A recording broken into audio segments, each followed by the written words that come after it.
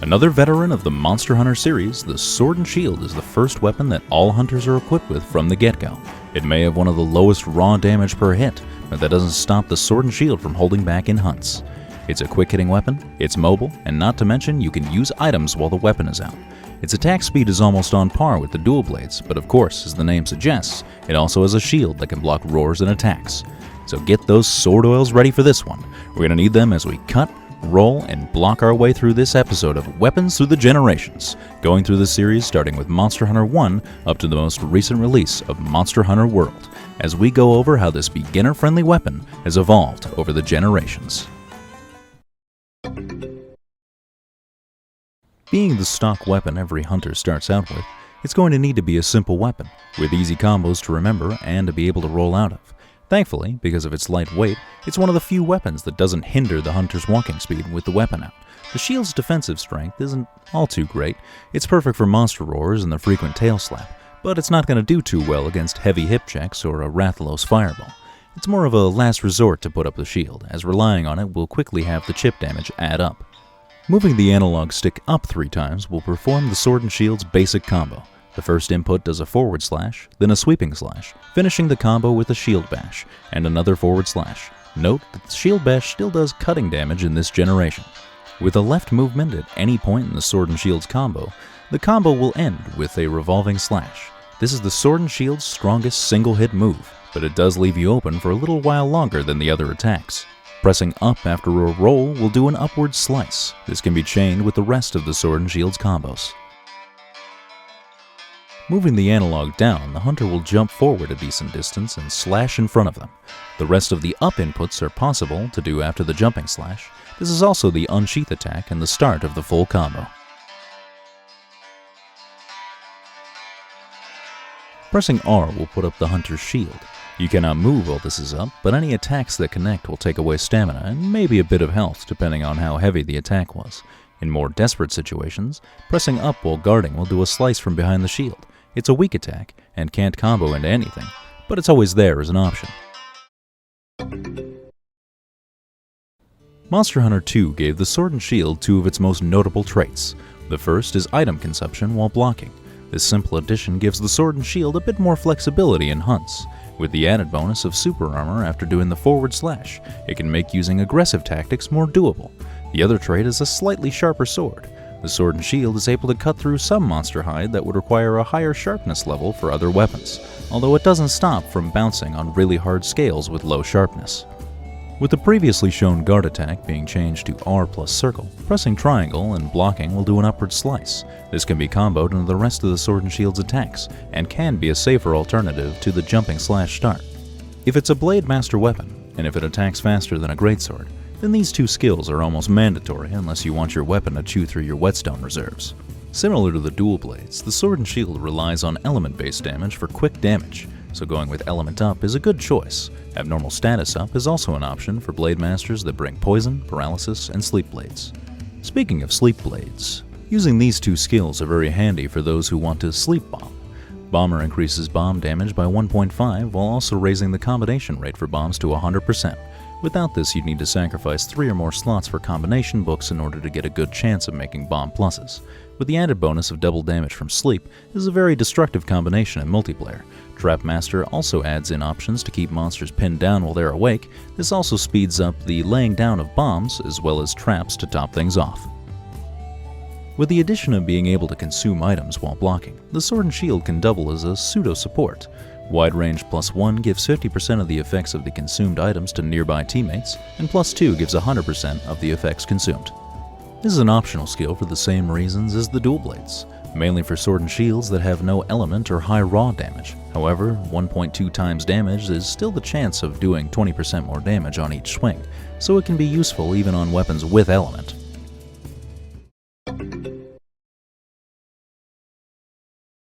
With the introduction of exhaustion for monsters, the Sword and Shield gain the ability to attack with the shield in order to do impact damage. The main combo does impact damage with the final X input now. But before the additions are reviewed, the motion controls for Monster Hunter Tri.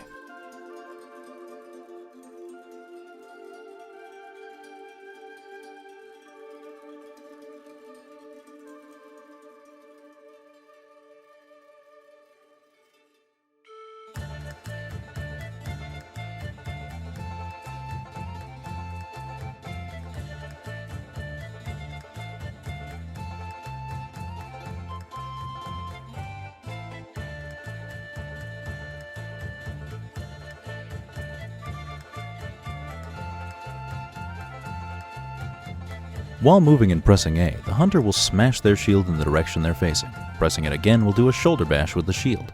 Both of these hits will do exhaust damage towards the monster, and can knock out the monster if this is done enough times to the monster's face. These can also be chained with the regular sword and shield attacks. Pressing A will do a sweeping slash in front of the hunter. Pressing it again will do an upward slash, and with a third, the revolving slice makes a return to finish the combo. These new combos can be incorporated with the regular X inputs for the sword and shield to do an extended combo.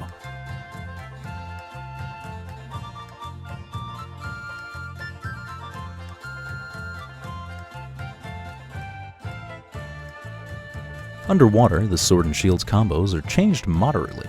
The X combos become 3 hits from 4, with the final X input having the hunter do a forward spin. Doing the shield bash combos changes the second part of the combo to do an upward and downward slice. And doing an upward slash with R plus X will simply end the combo with a spinning slash. The extended combos mentioned before are somewhat able to be done, but the amount of hits and inputs are severely decreased.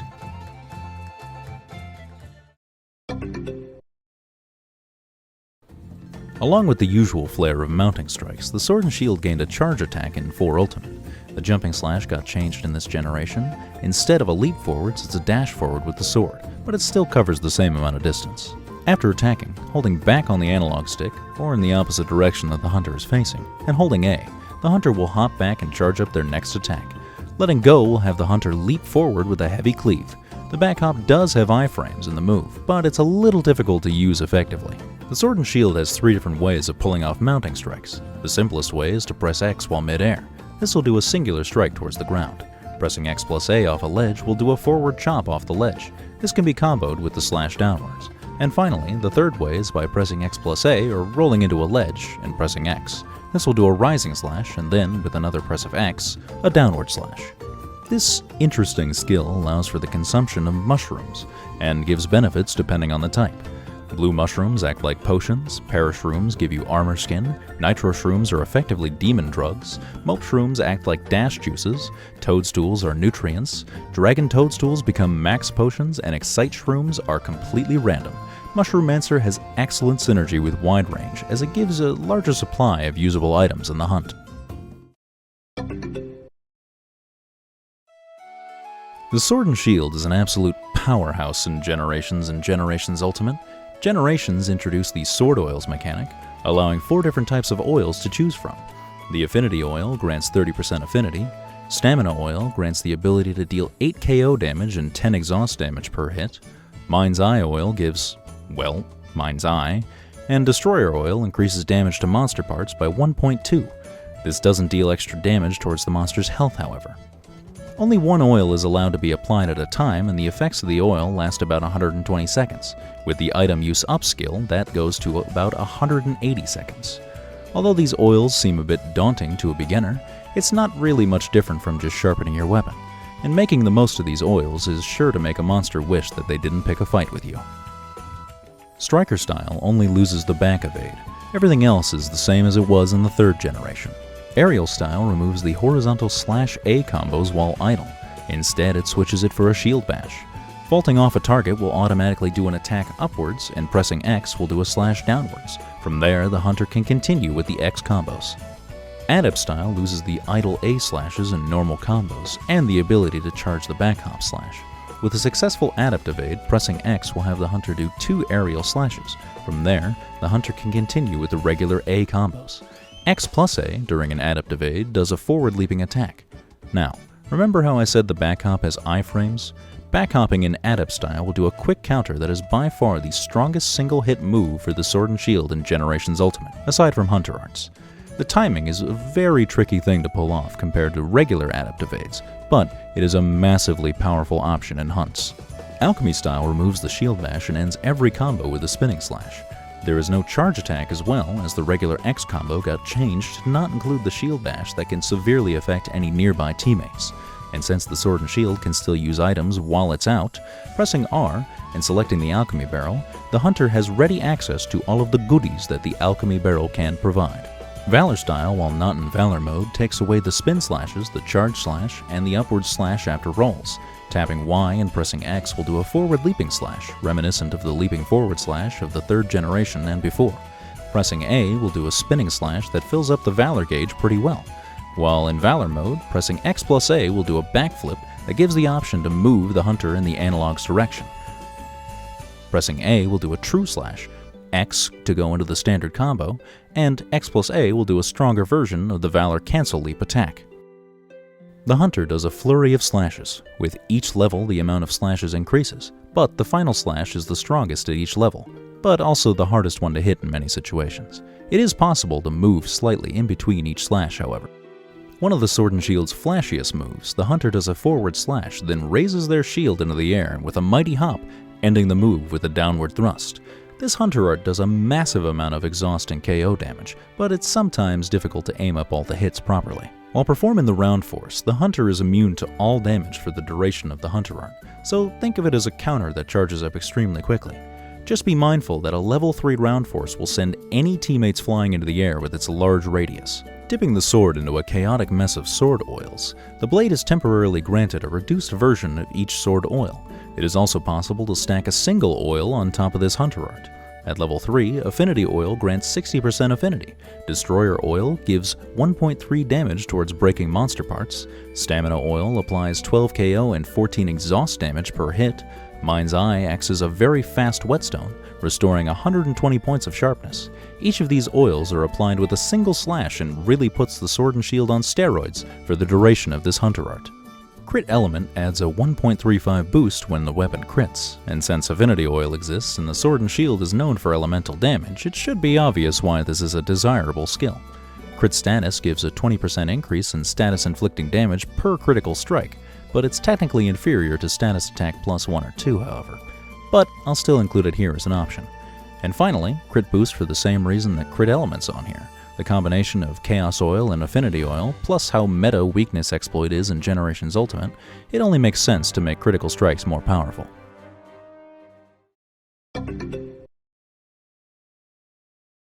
The Sword and Shield actually gained a fair amount in World, starting off with a Shield Bash finisher with the circle combos. Pressing circle while moving will do the regular Shield Bash, pressing it again will do another hit as if it were in the previous titles, but with a third input, the Hunter will forcefully bash forward once more. This is a very strong 3-hit combo that does a lot of KO damage. A Jumping Slash combo was added to the Charge Slash. After charge slashing, the Hunter will automatically jump off the monster. Here, the Hunter is given two choices. Pressing triangle will do an aerial slash, and pressing circle will do a shield thrust towards the ground. This is the strongest Sword and Shield attack in the series and can be chained with more jumping charge slashes.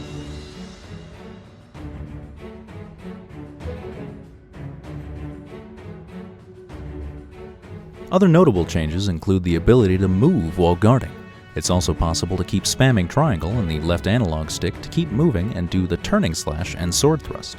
This is great for doing status and elemental damage, but will absolutely destroy the blade's sharpness.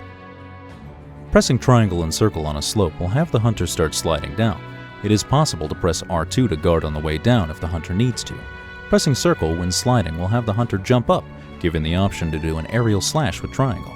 Or you can just press triangle to do a rising slash.